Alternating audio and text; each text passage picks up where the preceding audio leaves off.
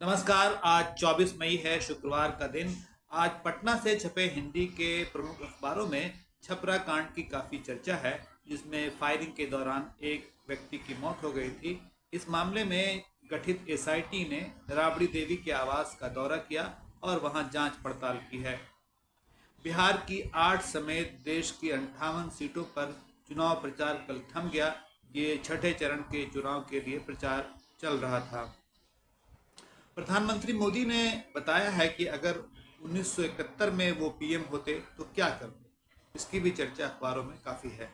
और तेजस्वी यादव का दावा है कि फीडबैक खराब होने के कारण प्रधानमंत्री नरेंद्र मोदी बार बार बिहार आ रहे हैं।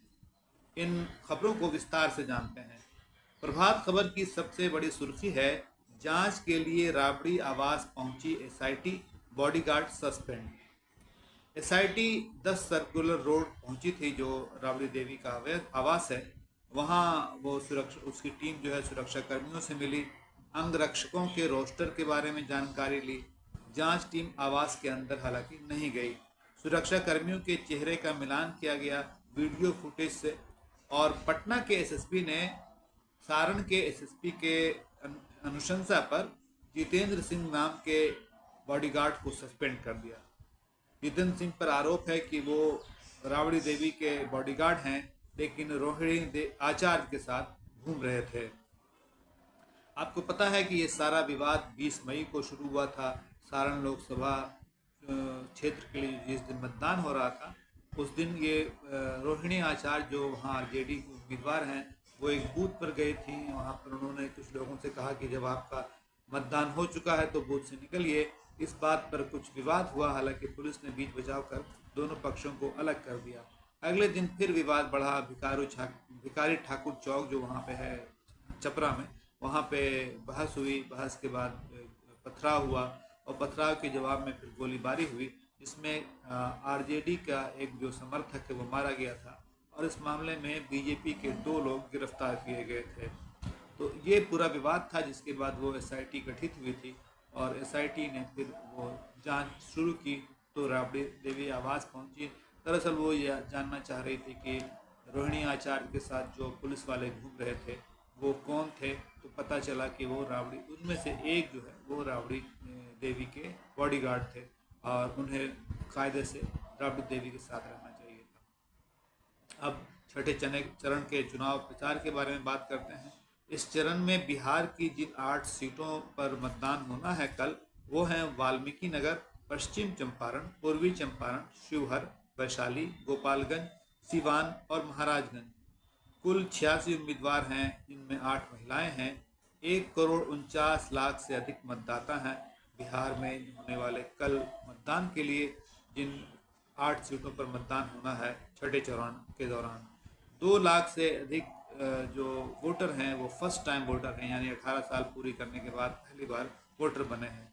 आपको पता है कि इन 5 जो 8 सीटें हैं, इनमें कुछ सीटें बेहद महत्वपूर्ण हैं। पूर्वी चंपारण से राधा मोहन सिंह हैं, लगातार वो सांसद रहे हैं वहाँ से भारतीय जनता पार्टी के। शिवहर से चर्चित लवली आनंद हैं और उनकी काफ़ी चर्चा हुई। उनके बेटे आरजेडी में थे और विश्वास मत के दौरान उन्होंने खेमा बदल लिया था। सिवान से हिना शहाब की काफ़ी चर्चा है, जो निर्दलीय चुनाव लड़ रही हैं और उनके कारण सिवान में त्रिकोणीय मुकाबला बताया जा रहा है। राष्ट्रीय स्तर पर मेनका गांधी हैं, राज बब्बर हैं, मनोज तिवारी हैं और कन्हैया कुमार हैं। ये ऐसे चेहरे हैं जो काफ़ी चर्चित हैं और इनके भाग्य का फैसला भी कल ही होना है। प्रधानमंत्री नरेंद्र मोदी ने दावा किया है कि 1971 में अगर वो प्रधानमंत्री रहते तो पाकिस्तान के 90,000 सैनिकों को छोड़ने के बदले करतारपुर साहिब लेते। करतारपुर साहिब आप जानते हैं कि सिखों का एक प्रमुख तीर्थ स्थल है और ये पंजाब में है, ये पाकिस्तान में है। और वहाँ उनके बारे में प्रधानमंत्री मोदी ने कल ये बात पटियाला में कही, पंजाब के पटियाला में। जाहिर है वो वहाँ पे सिखों के बीच थे और ये बात काफ़ी अपील करने वाली थी कि अगर वो प्रधानमंत्री रहते तो क्या करते। हालांकि कोई एक व्यक्ति तो ये तय करता नहीं है, ये तो पूरी जो टीम होती है प्रधानमंत्री के अलावा जो सैनिक बल के लोग होते हैं वो सब मिलकर इसे तय करते हैं कि जो भी समझौता हो वो उसमें कौन सी बातें शामिल हों। प्रधानमंत्री ने हरियाणा के महेंद्रगढ़ में भी अपना भाषण दिया और उनका ये बयान चर्चित है कि उनका ये आरोप चर्चित है कि गाय ने दूध नहीं दिया और घी खाने के लिए लड़ रहे हैं विपक्षी दल, यानी जो विपक्षी दल कह रहे हैं कि वो सरकार बनाएंगे, उनके बारे में प्रधानमंत्री मोदी ने कहा और ये बात कही है और इसकी मिसाल दी है कि गाय ने दूध अभी दिया नहीं है और उससे बनने वाले घी के लिए लोग लड़ रहे हैं। इधर तेजस्वी यादव का दावा है, आपको मालूम है तेजस्वी यादव पूर्व उप मुख्यमंत्री हैं और आरजेडी के नेता हैं, कि प्रधानमंत्री नरेंद्र मोदी और भाजपा के अन्य नेता बिहार बार बार इसलिए आ रहे हैं क्योंकि उन्हें बिहार में भाजपा और एनडीए का जो के बारे में जो फीडबैक है वो ख़राब मिल रहा है, अच्छा नहीं मिल रहा है उनके प्रदर्शन के बारे में। ऐसा दावा तेजस्वी यादव ने किया है। उन्होंने कहा कि पूरे भारत में 1 सेकंड में 30 लाख नौकरी दे सकते हैं, 70 लाख पद सृजन कर सकते हैं। प्रचार के बाद पटना लौटने पर मीडिया से बातचीत कर रहे थे उन्होंने कहा कि प्रशांत किशोर जो है वो भाजपा के एजेंट है। प्रशांत किशोर ने बयान दिया है कि भाजपा या एनडीए जो आसानी से बहुमत प्राप्त कर लेगी, इसी के जवाब में उनका ये कहना था। केक काटने के जो विवाद है, उसमें जो हेलीकॉप्टर में उन्होंने केक काटा था उसके बारे में बयान दिया उन्होंने और पूछा कि इसमें नादानी क्या है। चिराग पासवान जो लोजपा के नेता हैं उन्होंने कहा था तेजस्वी को कि वो नादान है, तो इनके जवाब में तेजस्वी यादव ने बयान दिया। आइए अन्य खबरों की चर्चा करते हैं। बिहार के मुख्यमंत्री नीतीश कुमार ने एक बार फिर दावा किया है कि एनडीए 40 में 40 सीट जीतेगा। वे करहगर में चुनावी भाषण कर रहे थे। मुख्यमंत्री ने 2005 के बारे में भी चर्चा की कि लोगों को जानना चाहिए कि 2005 से पहले बिहार के हालात क्या थे और उन्होंने आरोप लगाया कि राजद ने अपने शासनकाल में हिंदू मुसलमान विवाद पैदा किया।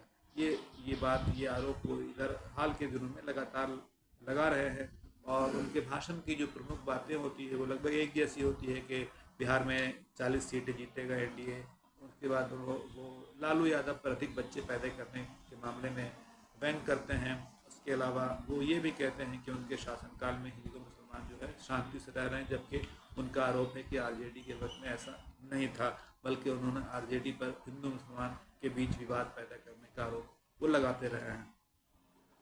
अब चर्चा करते हैं बांग्लादेश के एक सांसद की जिनकी हत्या हो गई कोलकाता में और हाल में ये जानकारी सामने आई। उनकी हत्या के बारे में जो आज रिपोर्ट छपी है उसमें बताया गया है कि उनके हत्या के लिए 5 करोड़ रुपए की सुपारी दी गई थी और इस मामले में जानकारी कोलकाता से अलावा ढाका से भी आ रही है। सांसद का नाम था अनवारुल अजीम और वो इलाज के लिए आए थे। हालांकि भास्कर ने लिखा है कि उन्हें इंटरपोल की भी शिकायत थी और उनके बारे में बहुत सारी शिकायतें वहाँ दर्ज थी और काफ़ी विवाद था उनके बारे में, लेकिन अब बताया जा रहा है कि उनके किसी दोस्त ने ही उनकी हत्या करवा दी।